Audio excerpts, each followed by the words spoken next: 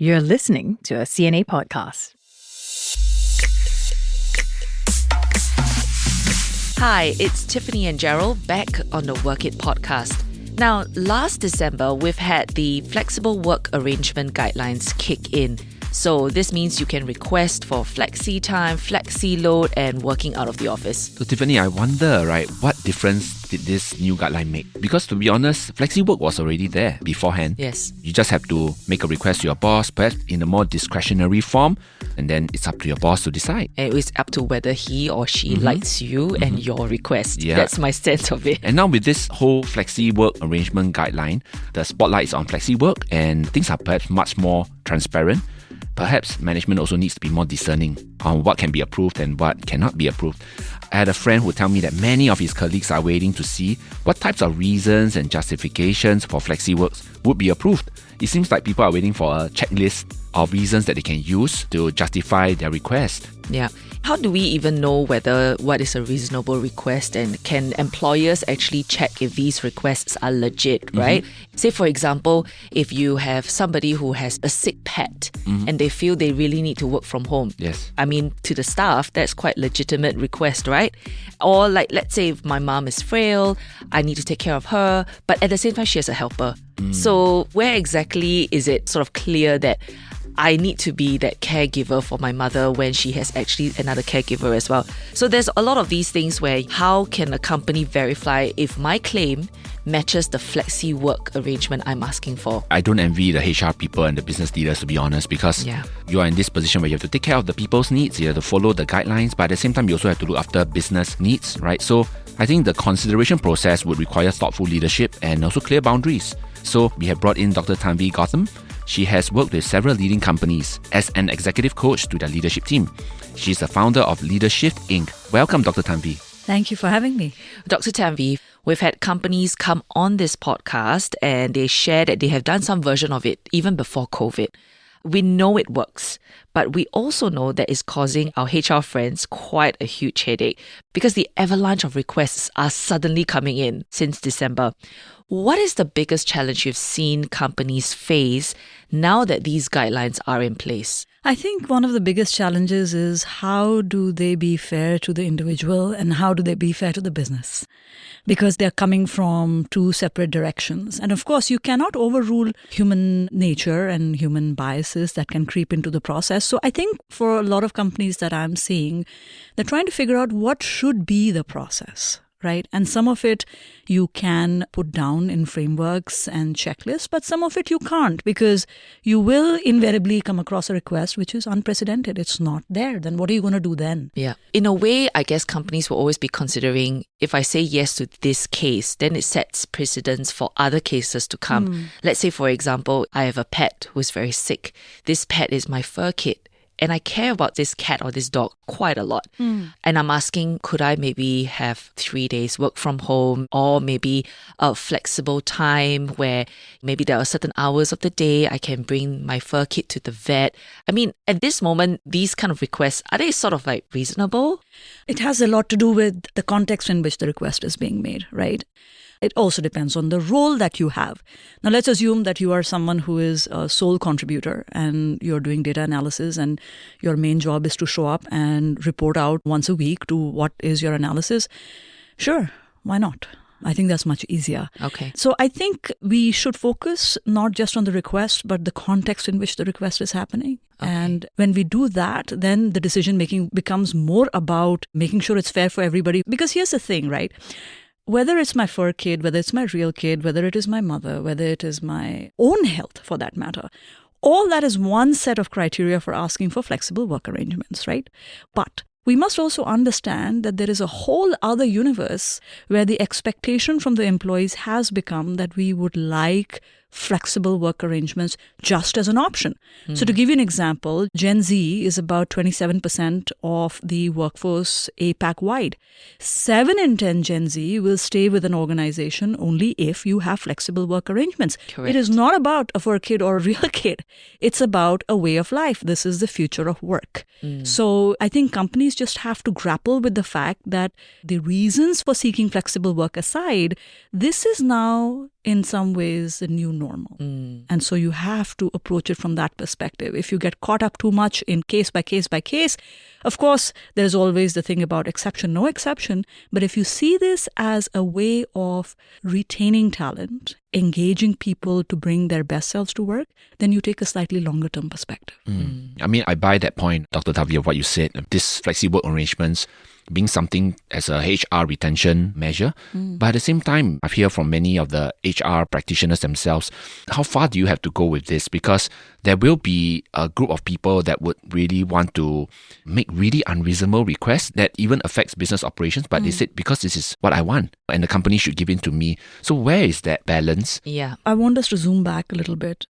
I think we need to look at HR as a strategic partner and not as a gatekeeper. When you think of HR as a gatekeeper, it definitely is all about what do we make exception to, what do we not make exception to. But when HR is in a strategic partner role, it's a lot about establishing a culture of trust, transparency, and commitment. If we don't create that culture of trust, then it is not just about an employee trying to game the system, which, by the way, you didn't need flexible work arrangements for employees trying to game the system. Exactly, yeah. Because we're all humans, we will figure ways out, right? Exactly. Whether it is something as minor as, I'll just take some stationery home because there's so much of it lying around, right? To faking a sick day or whatever, right? So the real invitation of flexible work arrangements is to try and create that culture of transparency and trust where both sides are thinking about the well-being of the other side. Will there be an occasional case that is going to work the system? Yes. And that is always the case with any new policy that you implement. And I think as we go deeper into this, there will be more use cases that will allow us to structure frameworks and make the tweaks that are necessary. But the companies are putting in a lot of, I should say, safeguards to make sure that people are not just gaming the system for the sake of it. Yeah. You mentioned earlier on about how some of these approvals can be very subjective because it's also subjected to human biasness, right? Speaking to a couple of friends, I think the common consensus is that when you put a request in for flexible work arrangements, it depends on whether you are dispensable to the company. So if you are in a role where you are indispensable or it's harder to replace, then chances are people will say yes to your request. Whereas if you are, let's say, quote unquote, a foot soldier and there are 10 people like you doing the same thing, then chances are, I'm sorry, you're not going to be able to ask for time off during the day. Is that to a certain extent true? Of course it is. It's kind of like how I tell my son, right, that if you are a good student and you're doing well and one day you forget to do your homework, the teacher is probably going to say, okay, this is an exception. It's okay. Whereas if you're always turning your homework late. Yeah. So yes, absolutely. There is that human component. And if someone is indispensable, companies are going to try and do what they can to help retain this person, flexible work arrangements or not. Having said that, they do recognize that they cannot keep making exceptions to a point that starts looking like it's unfair to everybody around. Especially when it's only for one individual, right? Exactly. And that actually can backfire in a very big way, right? So what is it that the companies are doing to make sure that this is not just being left to discretion of an individual or a manager? So many companies, of course, have put their documented criteria and metrics in place. There is also a review of past performance, which is where a high performer will maybe get an extra point because they've been a high performer, but also to look for evidence of, is this a real need or not? So sometimes looking at what are the leave records or what has been the health status of this individual, if they're asking on the basis of that. More and more organizations are also matrixed organizations. So chances are you're not just working with one person, you're working with a leader in another team, or you are reporting to two different units, right? There is this element of people leaning into the decision so that it's not just one person's decision. So there are these checks and balances that get created so that it is a policy-centric conversation, not just a person-centric conversation. You may not be able to eliminate the bias, but you can certainly reduce the bias. And companies are aware of this because they may be doing favors. Let's assume there's somebody who's being made this huge exception of. Imagine the cost of it on the rest of the team. Yeah. Right. So there is always that act of balancing individual accommodation and individual autonomy with collective needs and collective impact. That's the balance that we are trying to go for. And we are living in the days of Glassdoor. Yeah. You think if companies are being unreasonably favorable, now it's social media. Everybody's out there. People put it out on social media. They call out certain cultures, and it's easy for potential employees to CSI a company, right? To see whether this is a company that has a so-called red flag. Absolutely. So I think companies are being cautious. It's a good thing that we are talking about creating a framework, because that's the first step of raising that awareness that, look, it's not like a candy being given out to your favorite people. Yeah. There is a reason. It's the new way of working, and there is a process to be followed. I'm just wondering, for a lot of these frameworks and the things that we're talking about, how much of it is relatable to like the smaller employers, businesses that have a lean workforce and everybody plays a indispensable part, and if everybody wants to have their way, they make a request. And how does it work in your experience, Dr. Tanvi, for smaller businesses? Also, maybe just to follow up on that, how do they actually even check? If, let's say, I approve a request, how do I even know that this request is legitimate? Smaller companies, actually, it's a little bit more easier because there is that personal touch. You're not sitting 10 layers removed from the person who's going to approve your request. So to that extent, we are seeing examples of accommodations being made even in the smaller companies. There are many factors that go into whether it's a small company or a big company. So it could be a factor such as, what is the flexibility you're looking for? Are you looking for time flexibility? Are you looking for location flexibility? Are you looking for workload flexibility? Because my ability to give you that differs depending on what exactly it is that you're asking for. So, for example, one of my clients had put in a request that he would like to work from home. And that request got rejected. And so the HR person was having a coffee with them and said, just trying to understand, why did you even want to have this request? You're not very clear. You said it's about your kids, but your kids are going to school, right? So like, what would you do? But shouldn't that conversation happen before they reject the request? Yes, but I think sometimes it's not, people don't go into the depth of what exactly is going on. So they had this conversation. And she said, basically, I leave early in the morning. By the time I come back in the evening, the kids are asleep and I'm on these late night calls because everybody in Singapore, a lot of our people are in regional roles. So time zone difference is important. And they seem to be getting more attached to the helper than me as a mother. And it's weighing on me. And they said, well, actually, that's an easy fix. You're right that a lot of our work starts happening towards the evening because that's when the calls happen with the US or Europe or wherever. So why don't we do this? Let's give you a staggered start. That way, at least you're there for their morning routine. You're there when they're going to school, etc. Right? So they were able to balance it out. So I think a lot of it is a conversation on being clear on what is it that you're trying to do and what is the purpose of that. Now, let's say your request is being rejected, but no one is having this conversation with you. I need to stay in this job. I need the money. What would be your advice for this person? Get on the case with the union, complain to the Ministry of Manpower. I mean, things can get a bit ugly at that stage, but what is your advice for this person? I think the ministry or the union involved is always an option on the table, but my suggestion is exhaust all other options before you go there. Okay. Because chances are someone may either not be fully understanding what is going on, or to your point, they may not have thought about it as creatively as is possible. So I think step number one is don't react emotionally, even though it may be an emotional issue for you. Yeah. Because like in the example that I shared, it needed just a conversation to iron out what is going on. So seek clarification and feedback. In this case, the HR person took the lead, but you can take the lead, like just trying to understand what is the case. If the company is feeling hesitant, whether this will work out, not work out, etc., suggest about how about we try it as an experiment. Okay, let's do this as a temporary thing. Can we try it out for 2 months? If it doesn't work, I understand that it's not working out. And I find that companies are a lot more open if they see this as a temporary arrangement versus a permanent. And then most people on both sides realize, hey, we could make it work. Yeah. I always tell my leaders, don't just deliver a no. It's not delivering the no, it's how you deliver it. Have you tried to explain what was the reasoning that went into deciding why you took this decision? Make it an opportunity for creating greater collaboration in the workplace versus this opposition of, I asked for it and you didn't say. Yeah. So I think it's not as cut and dry. We have to try and understand what's going on. And I think employees can do a lot of things to increase the probability that their request gets approved. How? What can they do? So, for example, one of my clients, he wanted to take care of his ailing parents. But even before he went in to make the request, he did a few things. He informally went and spoke with some of the leaders that they were working in terms of what are their priorities, what are they seeing as the main issues for the quarter. So he kind of sussed them out, like how are they thinking about it? What is their advice on this matter?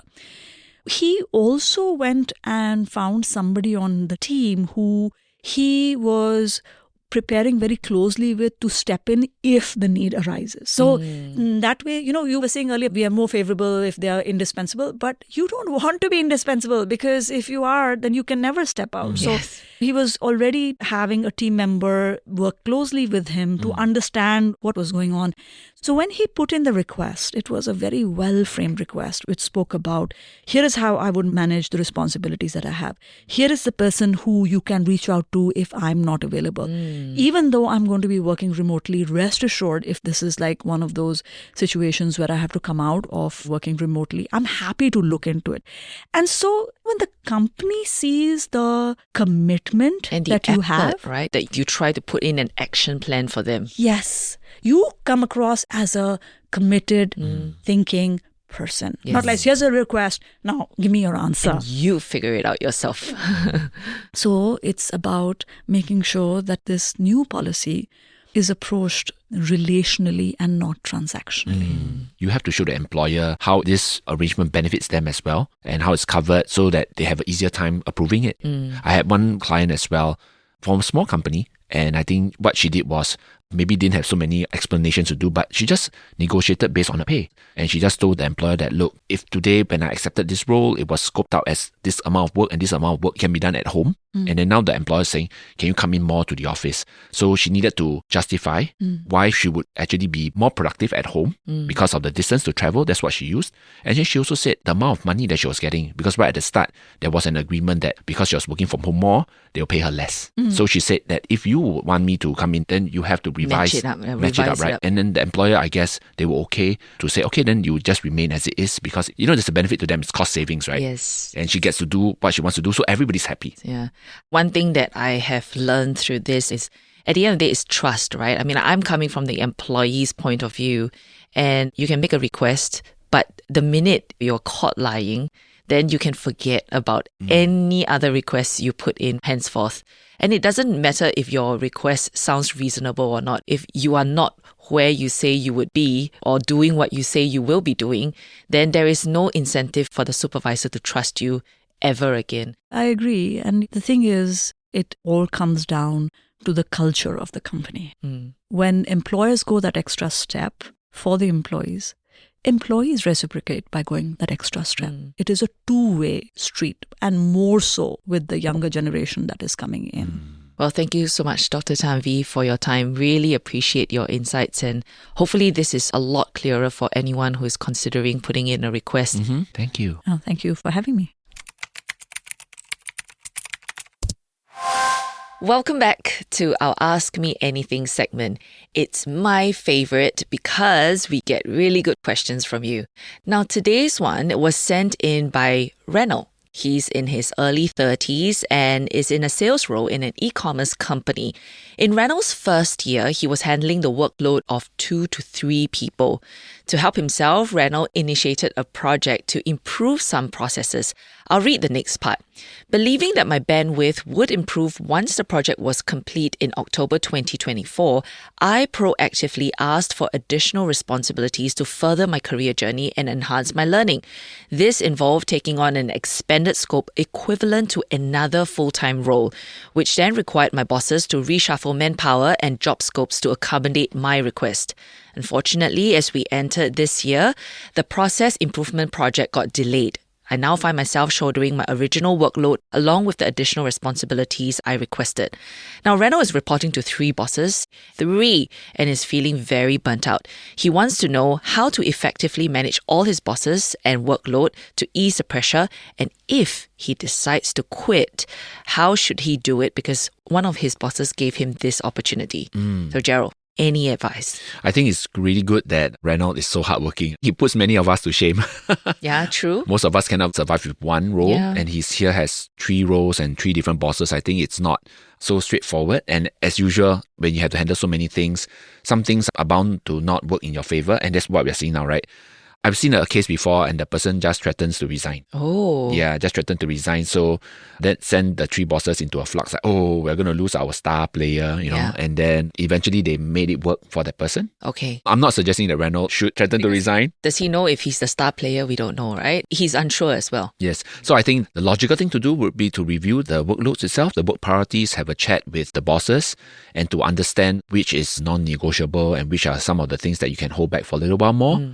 After all, these are things that Reynolds asked for. Yes. And I'm sure that they are also a bit grateful to him for taking on some of these portfolios. I think Yes. having a good understanding of his situation now, as well as the business priorities, reviewing the priorities and then getting alignment from all of them. I think that would be the right thing to do. But that's easier said than done, right? Yes, correct. Because a lot of people would feel, since you have been doing it already, why are you trying to tell me that you want to change the situation? If I'm the boss, I'll be like, keep doing it, keep going on, right? Yeah. So I think he has to find a way to communicate that to the bosses. I only hope that the bosses are understanding, because not all bosses are that accommodating and they may not accept what Reynolds is doing. Yeah. But I mean, to me, it really does seem a little bit unfair if they don't understand his case and they try to devalue or mark his performance down. I think that would be very bad. It was not his fault that the project that he set in place wasn't completed and it was a bit delayed. So it's not really his fault. I think it's good for him to be very honest, very authentic with the bosses. Maybe what he can do with the bosses is tell them, with all the things that I have, maybe these 1 or 2 tasks can be taken away from me. Rather than say, can you help me to reorganize this? Can you help me to manage my time? Just say that, like, I have looked at everything and I feel that these 1 or 2 tasks I am not able to take on until things are easier for me, then I can take on this portfolio. I think that Reynolds can do is just see whether is there any work that he can share with other colleagues? So kind of organize mini teams. I mean, with the blessing of the boss, you can say, you know, could I organize mini teams to maybe share the workload a little bit?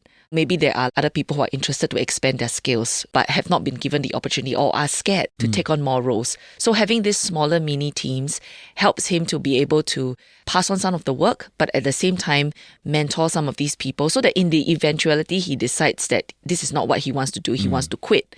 Then at least the team is not left without any idea of how to proceed. I think quitting before having explored all these ways to try to mitigate and solve the problem, I think quitting will be a bit premature. Yes. So, you know, Reynolds, do try as much as possible to have those conversations and those reviews of your work priorities done. And I hope that it will go according to your favor. But as a career counselor, I'm also really curious about one thing.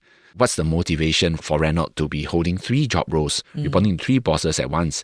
Because most people would even struggle having one. And here we have Reynolds, really perhaps a very hardworking person, taking on 3 loads. And now when it gets too much, I'm wondering whether Reynolds is ready to let them go. Yes. Yeah. So Reynolds, looking forward to hearing back from you. If you can tell us a little bit more about your situation, things are better, things have changed, or, you know, like what Gerald said, the question that he has, are you willing to let go? Let us know what you think. We are always reading, looking out for your emails.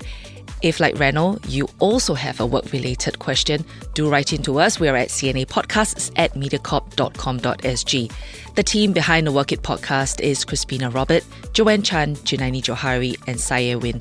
Sound mixing is by Carrie Lim, video by Hanina Amin. I'm Gerald. And I'm Tiffany, wishing you a good work week ahead.